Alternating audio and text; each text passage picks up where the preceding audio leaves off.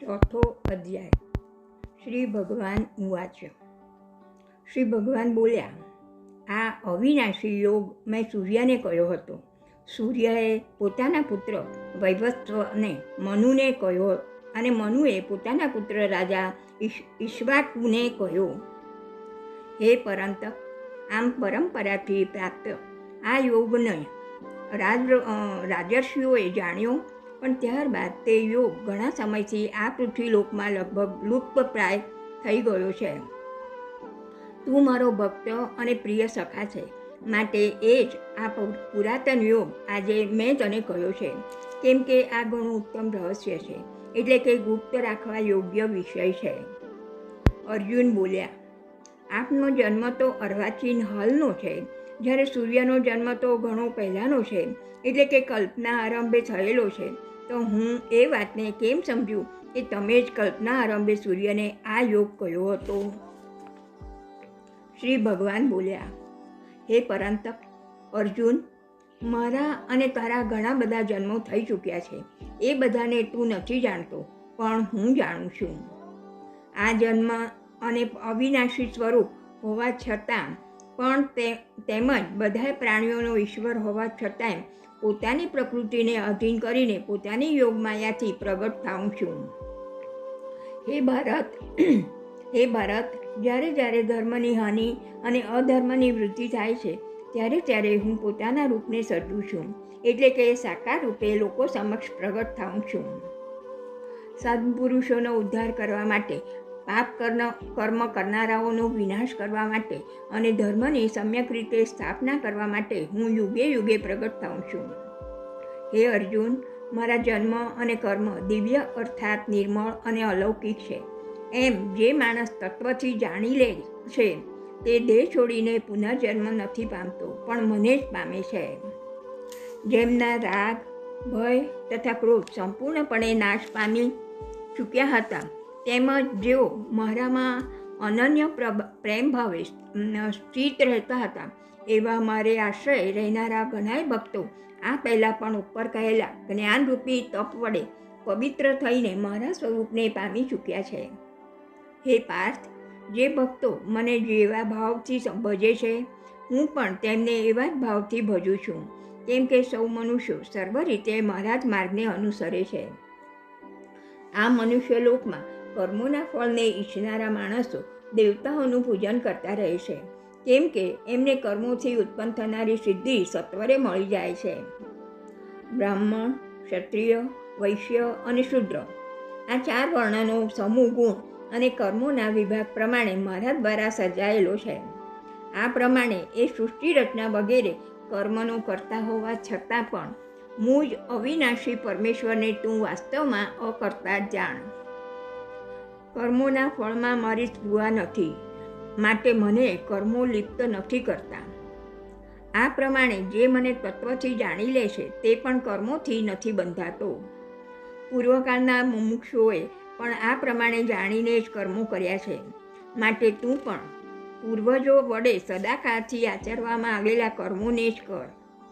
કર્મ શું છે અને અકર્મ શું છે એનો નિર્ણય કરવામાં બુદ્ધિશાળી પુરુષો પણ મોહિત થઈ જાય છે, માટે તે કર્મ તત્વ હું તને સમ્યક રીતે સમજાવીને કહું છું, જેને જાણીને તું અશુભથી એટલે કે કર્મબંધનમાંથી મુક્ત થઈ જઈશ.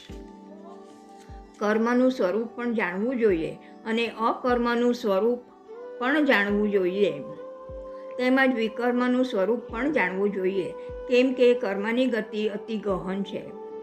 જે માણસ કર્મમાં અકર્મ જુએ છે અને જે અકર્મમાં કર્મ જુએ છે, એ માણસ સગળા માણસોમાં બુદ્ધિશાળી છે, તેમજ એ યોગી સમસ્ત કર્મ કરનારો છે. જેના સર્વશાસ્ત્ર સંમત કર્મો કામના કે સંકલ્પ વિના થાય છે, તથા જેના બધાય કર્મો જ્ઞાનરૂપી અગ્નિ વડે બળી ગયા છે, એ મહાપુરુષને જ્ઞાનીજનો પણ પંડિત કહે છે. જે માણસ સર્વ કર્મો પ્રત્યેની તેમજ એમના ફળ પ્રત્યેની આસક્તિને બધી રીતે ત્યાગીને સંસારના આશ્રયથી રહિત થઈ ગયો છે તથા પરમાત્મામાં સદાય તૃપ્ત છે, તે કર્મોમાં યોગ્ય રીતે વર્તતો હોવા છતાં પણ વાસ્તવમાં કંઈ જ નથી કરતો. જેને કશાયની ખેવના નથી, અંતઃકરણ અને ઇન્દ્રિયો સહિત જેણે શરીર જીત્યું છે, તેમજ સઘળી ભોગોની સામગ્રીનો જેણે પરિત્યાગ કરી દીધો છે, એવો સાંખ્ય યોગી કેવળ શરીર સંબંધી કર્મ કરતો હોવા છતાં પણ પાપને નથી પામતો. ઈચ્છા વિના આપમેળે મળેલા પદાર્થમાં જે સદાય સંતુષ્ટ રહે છે, અદેખાઈનો જેનામાં સર્વ રીતે અભાવ થઈ ગયો છે, હરખ, શોક વગેરે દ્વંદ્વોથી જે સંપૂર્ણપણે અતીત થઈ ગયો છે, એવો સિદ્ધિ તથા અસિદ્ધિમાં સમ રહેનારા કર્મયોગી કર્મ કરતો હોવા છતાં પણ કર્મોથી નથી બંધાતો, જેની આસક્તિ સર્વથા નાશ પામી ચૂકી છે, જે દેહ અભિમાન તથા મમત્વ વિનાનો થઈ ચૂક્યો છે, જેનું ચિત્ત નિરંતર પરમાત્માના જ્ઞાનમાં સ્થિત રહે છે, એવા કેવળ જ્ઞાન સંપાદનને અર્થે કર્મ કરનાર મનુષ્યના સમસ્ત કર્મો પૂર્ણ રીતે વિલીન થઈ જાય છે. બ્રહ્મયજ્ઞ કે જેમાં અર્પણ એટલે કે શ્રુવા આદિ ઉપકરણ પણ બ્રહ્મ છે, હવન કરવા માટેનું દ્રવ્ય પણ બ્રહ્મ છે, બ્રહ્મરૂપી હોતા દ્વારા બ્રહ્મરૂપી અગ્નિમાં હોમરૂપી ક્રિયા પણ બ્રહ્મ છે, અને સર્વત્ર બ્રહ્મ બુદ્ધિ કરવા રૂપી બ્રહ્મકર્મના સ્થિત રહેનાર એ યોગીને મળનારું ફળ પણ બ્રહ્મ જ છે. બીજા કેટલાક યોગીજનો દેવતાઓની પૂજારૂપી યજ્ઞનું સમ્યક પ્રકારે અનુષ્ઠાન કરે છે, જ્યારે અન્ય યોગીજનો પરબ્રહ્મ પરમાત્મા રૂપી અગ્નિમાં અભેદ દર્શન રૂપી યજ્ઞ દ્વારા આત્મરૂપી યજ્ઞનો હોમ કરે છે. અન્ય કેટલાક યોગીઓ શ્રોત્ર વગેરે સઘળી ઇન્દ્રિયોને સંયમરૂપી અગ્નિઓમાં હોમે છે, તો વળી બીજા કેટલાક યોગીજનો શબ્દ વગેરે સર્વ વિષયોને ઇન્દ્રિય રૂપી યજ્ઞોમાં હોમતા રહે છે. અન્ય યોગીજનો ઇન્દ્રિયોની સર્વ ક્રિયાઓને તથા પ્રાણોની સમસ્ત ક્રિયાઓને જ્ઞાન વડે પ્રજ્વલિત સંયમ યોગ રૂપી અગ્નિમાં હોમી દે છે. અન્ય કેટલાક માણસો દ્રવ્ય સંબંધી યજ્ઞ કરનારા છે, કેટલાક તપરૂપી યજ્ઞ કરનારા છે, બીજા કેટલાક પુરુષો અષ્ટાંગ યોગરૂપી યજ્ઞ કરનારા છે, અને વળી કેટલાક અહિંસા આદિ લોકોત્તર વ્રતો પાળનારા પ્રયત્નશીલ માણસો સ્વાધ્યાયરૂપી જ્ઞાન યજ્ઞ કરનારા છે. બીજા કેટલાક યોગીજનો અપાન વાયુમાં પ્રાણવાયુને હોમે છે, તેમજ અન્ય યોગીજનો પ્રાણવાયુમાં અપાન વાયુને હોમે છે. તો અન્ય કેટલાય નિયમ પ્રમાણે આહાર કરનાર પ્રાણાયામ પરાયણ માણસો પ્રાણ અને અપાનની ગતિને રોકીને પ્રાણોમાં જ હોમે છે. આ સગળા સાધકો યજ્ઞ દ્વારા પોતાનો નાશ કરનારા તેમજ યજ્ઞોને જાણનારા છે.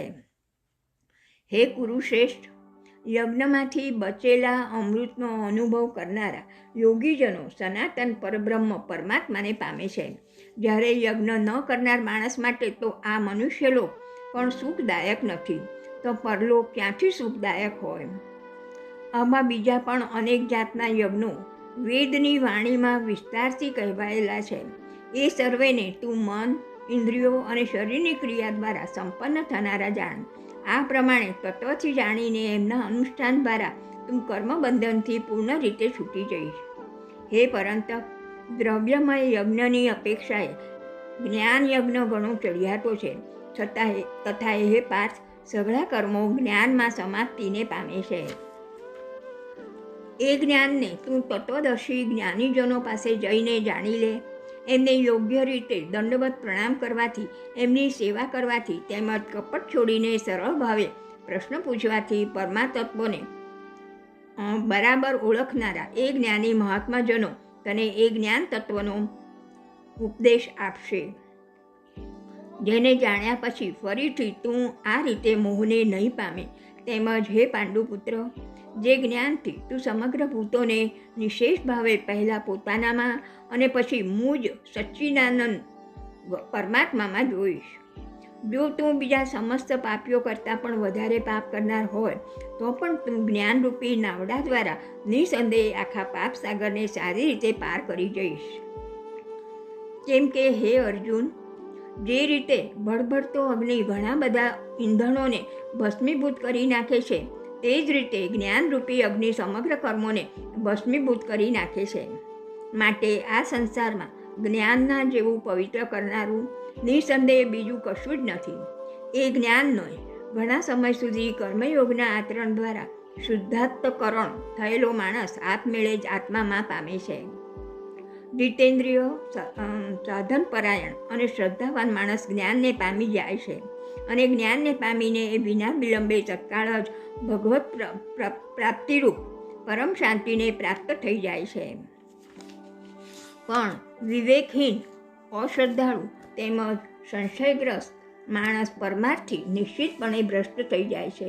આવા સંશયગ્રસ્ત મનુષ્ય માટે ન આ લોક છે, ન તો પરલોક કે ન સુખ.